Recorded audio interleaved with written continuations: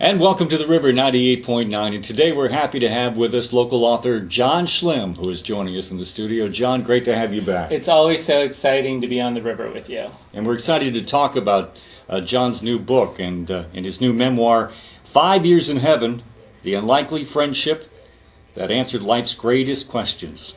John writes a poignant and heartfelt story of friendship and second chances not seen since Tuesdays with Maury.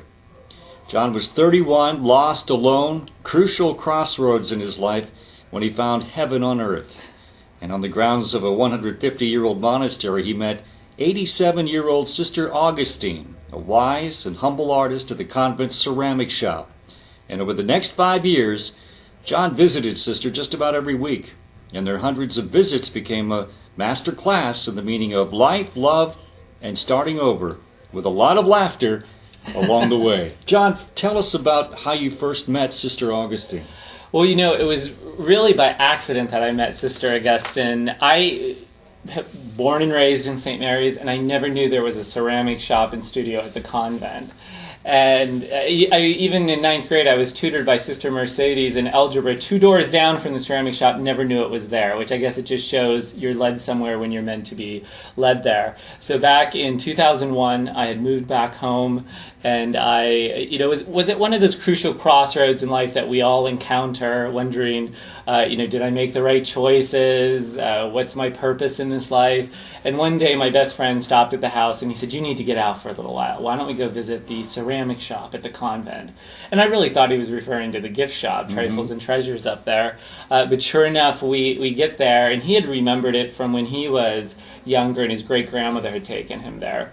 So we get there, and sure enough, there is a ceramic shop tucked away in a little corner of what's called the guest house on the property. And inside was 87-year-old Sister Agustin waiting for us.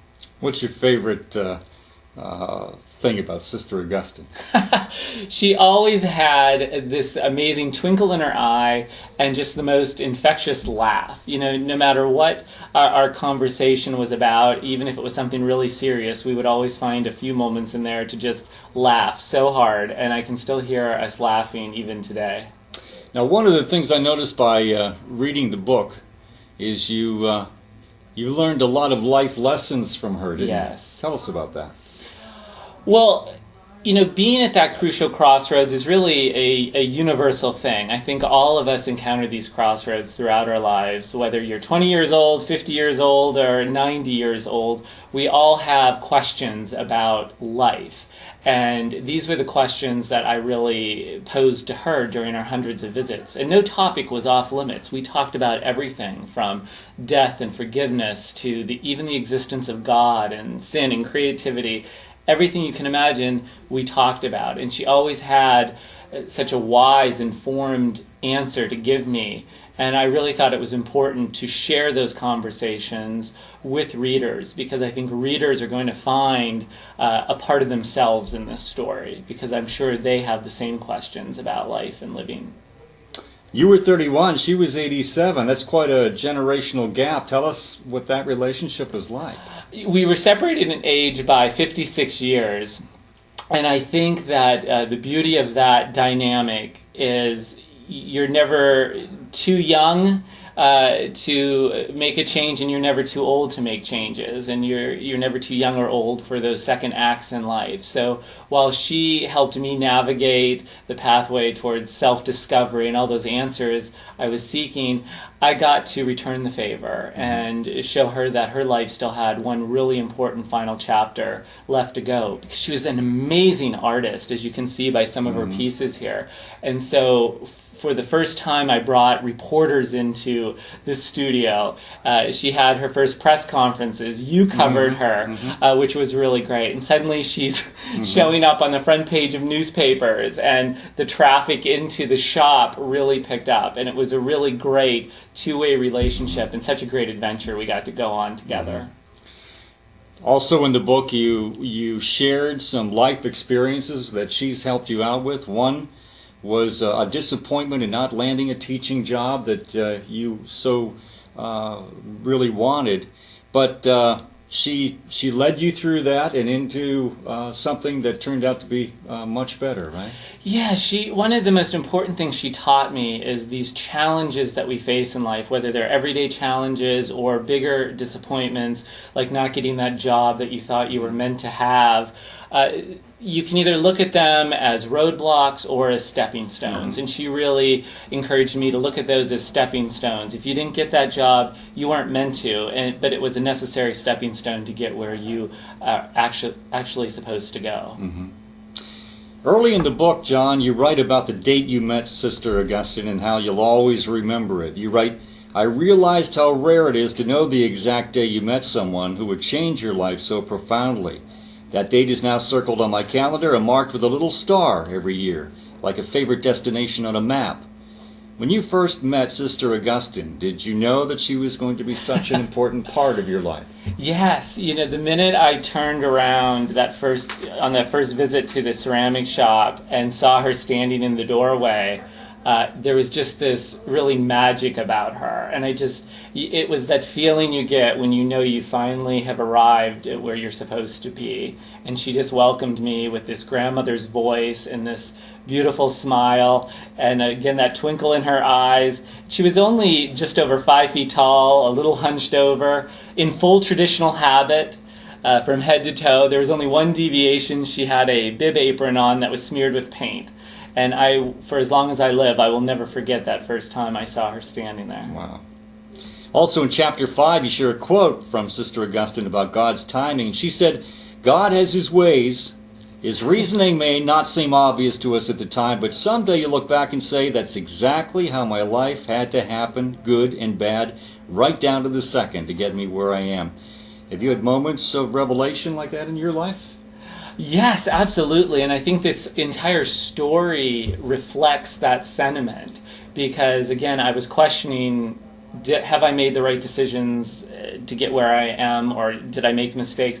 And she really opened my eyes. And there's a beautiful passage in Ecclesiastes, it's chapter 3, verse 11, that said, God makes everything beautiful in its time. Mm-hmm. And that really is an allusion to this story. It's what this story is all about, and it's really what each of our lives is all about. Because God uses what Sister Agustin always referred to as the joys and the sorrows in life to make each of us beautiful in our own time. And that's such a valuable lesson that she taught me, and I'm so excited for people to realize that about their own lives through reading this story. Sad but very powerful part of the book is toward the end, when she passed. Happened to be during Easter. Tell us about that. She passed away on Holy Saturday. I was the last person to actually get to visit with her, which was really great, and we both went into that visit as if it was any other visit that we had, and it was filled with laughter and stories, and she had wise advice for me right up until the end. And she then passed away the next day on Easter Sunday, which I think was really fitting, and I think she would have considered it such an honor to be able to pass away on Easter Sunday. And I'd once asked her, I said, "Sister, are you afraid of dying?" And she said, "No." She said, "Everyone's entitled to their reward." Yeah. And so I think that was just the most fitting time for her to get her reward. What would you like people who read the book to take away from it? I really want them to take away the lessons that Sister taught me, but to find their own meanings and their own inspirations from those lessons and from those answers. Because again, I really think everyone who reads this book is going to find a part of themselves in the story. I really wrote it in a way that readers can pull up a chair to the table with us and join right in on the conversation. And so I hope that they draw inspiration, and I hope they laugh. You know, there's a lot of humor contained in this book, because again, she was such a humble woman and a graceful woman, but she had an amazing sense of humor. So what about your part in the book as far as how long did it take, and what was the inspiration for the title? Well, 5 Years in Heaven is really all about experiencing heaven right here on earth. You know, when we're younger, we're taught about how heaven is really this beautiful and peaceful place filled with happiness and bright colors and really all those answers that we just can't seem to find here.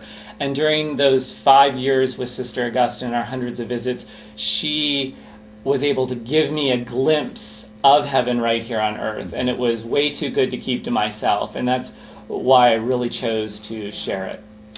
And John Schlimm is our guest. John, there is a special date that you have set aside or helping to promote, May the 5th, and it's Thank a Nun Day. Tell us what that's about.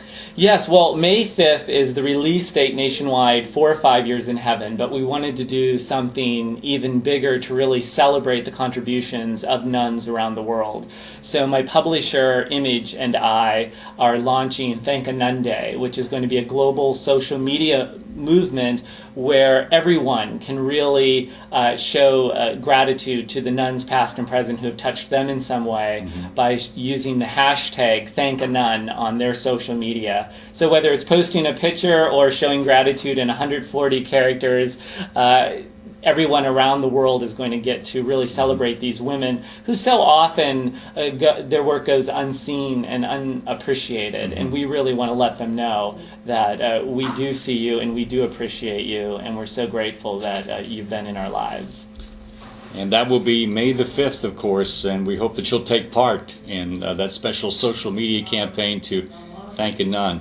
We want to thank you because you have found at least a page, it seems, to thank those who have contributed. And you mentioned the media partners, and we're really happy that the River 98.9 is mentioned there, and we want to thank you for that. Well, I've always been so grateful to you and the River and to really all of the local media for everything they've always done for me throughout my career, and particularly during those 5 years. You all really helped Sister Agustin to share her artwork and her talent with the world. Even though she was sometimes hesitant about sitting down with reporters, the beauty of it was the minute she sat down, she came out with the most brilliant sound bites that you couldn't even coach a celebrity to say. She just naturally had that talent. But I really appreciate everything you did to really help her and her work to become beautiful in its time. John, where will the book be available for those who would like to get a copy? The book will be available wherever books are sold nationwide. Locally in St. Mary's, it'll be available at the Benedictine gift shop as well as at Walmart. And it's available, of course, on Amazon and Barnes & Noble and those places as well. Thanks for taking time. Oh, well, thank you for having me. John Schlimm, the author of 5 Years in Heaven, joining us here today on the River 98.9.